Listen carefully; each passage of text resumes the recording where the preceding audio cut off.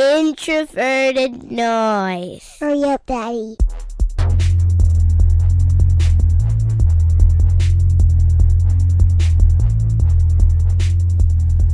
All right, and welcome back to the One a Day Draft Series.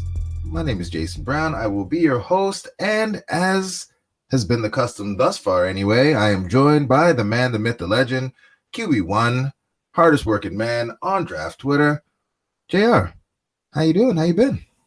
I'm good, man. I feel like if we don't talk about offensive line first, the Vikings Twitter is going to go crazy on us.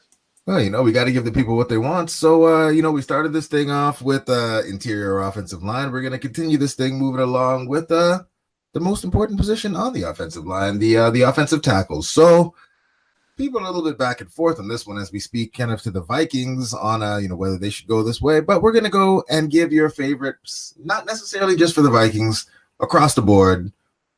Any team, scheme agnostic, team agnostic. We just want to hear about the players you like the most on day 1, day 2, and day 3 of the draft. So before we really jump all the way into this thing, offensive line, when you're talking about it, you gave us a little bit about what you look at when you're scouting interior offensive linemen.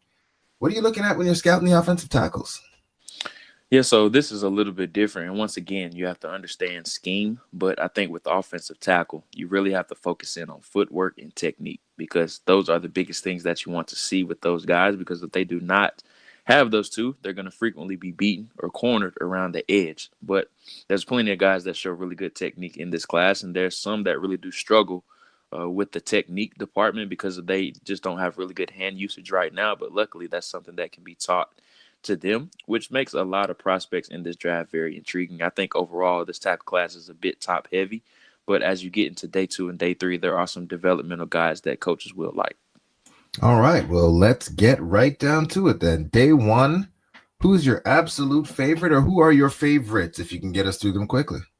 Yeah, so I mean, the top 3 guys are pretty much the consensus right now. Jonah Williams, he's my 5th overall player. And I mean, if he's a guard or a tackle, it really doesn't matter to me. I think he's going to be a fantastic pro. I think he can hold up at tackle just because I think he's athletic enough and he shows flawless technique. In my opinion, it was near perfect when I was grading him. Now, he does struggle with length from time to time, and everyone likes to bring up the Cleveland Farrell rep against Clemson and then against DeAndre Walker in the 2018 national championship. He did struggle a bit with him. So he's going to have his spurts where he does struggle with length. But, I mean, he's a 42-game starter at Alabama, and outside of those other 2 games, he went 40 games where he just didn't really struggle at all. So, I mean, all you have to do, he's one of those guys you just have to trust the tape with, and he didn't test overly well, but I think he's going to be a really good pro, whether he's a guard or a tackle. But me personally, I think he can be a left or a right tackle. He does have experience at both. He started off at right tackle his first year at Alabama, but after Cam Robinson left and got drafted by the Jaguars, he transitioned to the left side. So I think he can hold up on either side just because he has experience at both. After that, you have Jawaan Taylor, the offensive tackle from Florida. He's my 13th overall player on my big board, and it was fabulous really seeing his 1-year transition after he played on the left side in 2017 and then transitioning to the right side in last year. So he showed tremendous improvement. I thought he was in a bit more shape. He cut about 15 pounds prior to last year, and it really showed. Now, he's not a guy that's going to be super duper athletic, but I think he's gotten better over time at that just because of the weight he has lost. And, I mean, he was 380 pounds coming into Florida, so that just shows you the weight he has shed since he has been in college. And you talk about a guy that is super nasty. He is exactly that. And then the next guy, which I'm sure a lot of Vikings Twitter is very familiar with, is Andre Dillard from Washington State. I got a chance to see him down at the Senior Bowl, and I think out of any of the consensus top 3 guys, I think he has the most upside of all of them because he's already a natural pass protector. His footwork is amazing. Now, he does need to gain some strength. I think that's his biggest deficiency in run blocking, and it's just because he was in the offense that really wasn't exposed to a lot of the run game. Being at Washington State, I think their splits was about 65 to 35 pass game to run game. So that just shows you why he really struggled in the running game department, just because he doesn't have any experience there.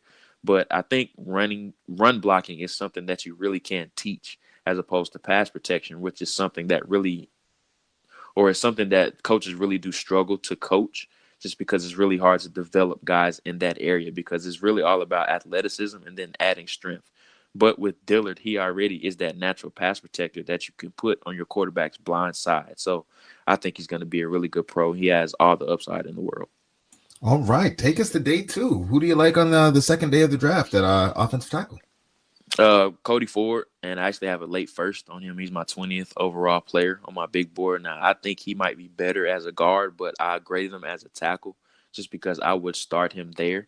And if he does struggle there, I would transition him inside. Now, he does have experience at both. He played left guard in 2016 and 2017, and then he took over for Orlando Brown Jr. at right tackle last year, and he won every single award in the country. So I think he can hold up at right tackle, but if he does struggle there, I would try to transition him inside, and I think he can be a dominant guard. After that, you have Dalton Risner from Kansas State, a guy that has played basically every position up front outside of left tackle. And the thing you have to understand about Risner is that his tape isn't going to be flashy. Matter of fact, it's really boring at times. But what you notice is that he just doesn't get beat. And everyone's saying he's not a great athlete, and which he's not. But I think if you want a guy, high character guy, very involved in the community, off the field, a guy you could easily see being a Walter Payton, Community Service Award type of winner, Man of the Year award type winner. I think he definitely has that. The nastiness and the edge that he plays with, it was very easy to see down at the Senior Bowl. He just has an infectious type of personality. So not only is he going to be a good addition on the field, but I think he's going to be a great addition to the locker room as well. And I think he's probably going to transition inside to guard just because I don't necessarily think he has the foot speed to hold up on the perimeter. And then after that, you're getting into your developmental guys like a Tytus Howard from Alabama State. And it's really funny watching Howard's film because they really shuffled quarterbacks weekly, and he would always protect the blind side of them. So one quarterback was left-handed and the other was right-handed. So on his film, you really had to focus on his number because one week he would be on the right side and then the other week he would be on the left side. So he was just going back and forth a whole bunch, but it was good experience for him because he showed that versatility that he does have on both sides. But I think they kind of did him a disservice a bit to flip-flopping him back and forth like that. But he's a guy that really has to understand how to use his hands, and he needs to gain strength. But you talk about a guy that could go in the early third round as a developmental type tackle. I think he definitely could be that. Okay. And bring us home here. Day 3. I mean, I know there's not a lot of starting tackles in the league that I think of that came from this part of the draft, but there are a few. So who are the ones that you like as late round additions that maybe could develop into something given a little bit of time? Yeah, so this portion of the draft is really where you want to take a chance on your athletic upside type of tackles just to see. Maybe you can develop them into something, whether that's a depth piece or maybe you can strike gold and hit a starter. And Chuma Edoga from USC, I actually have a 5th-round grade on him right now, and I thought he would test a little bit better just because he shows to be really athletic on film, but he just didn't test well, and I thought he would test better than what he did. But he definitely is an athletic type of offensive tackle. He played right tackle for the most part for USC. Dennis Daley from South Carolina is a guy that I really like. He's only started 2 years at South Carolina after being at Georgia Military Academy prior to that. So he went the JUCO route, and then he went back to his home state and played for South Carolina. But he showed some really good flashes, and I think he has some really good traits to develop.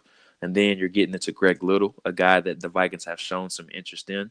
And I think he's going to go a bit higher than what a lot of people are predicting. And I know he had an awful combine, but he needs to gain some strength. And then another guy who I think is going to suffer a bit of a tumble just because of the injury history that he does have, and that's Yodny Cajuste from West Virginia. I think he could suffer a Tyrell Crosby-like fall to the 4th or the 5th round in this draft. But if he's able to stay healthy, I think he definitely could turn into a starter. Wow, those last 2 names just it seems at the start of the process, those guys were coming in quite a bit earlier than that in most rankings. So it's a good reasoning that you're giving, but it is a bit surprising that those are the guys that you have kind of rounding out day 3. Yeah, and I mean, it's just funny seeing the draft come full circle, and it's a long process. And with Greg Little, I mean, a former 5-star prospect, everyone was touting him as a top 10 pick prior to the year, but it just didn't work out that way. And with Cajuste, I think he definitely could be a top 50 pick if he was healthy. But You talk about a guy that has had back-to-back torn ACLs in 2015 and 2016, and now he just recently had hip surgery too. So that laundry list of injuries are starting to pile up for him, and he hasn't even been drafted yet. And the medicals are going to be different for every team. And there's going to be some team that probably wants to take a risk on him just because his tape is really good. He shows to be a really good athlete, but the injury history is something that's going to scare a lot of teams off. All right. Well, that makes a lot of sense. And there it is, Vikings fans. JR is a man of the people. We give the people what they want, starting this thing right off with interior offensive line, bringing it right in next there with the tackles, and then we can move into some other positions that might be needs for the Vikings, are definitely needs for other teams, but the offensive line is where we decided to start this thing, since we are at heart a Vikings podcast. So we got that done for you, Vikings fans. If you have any questions, comments, concerns, hit us up on Twitter, and that is it for this one. We'll be back tomorrow with another one, and have a good one. Talk to you soon.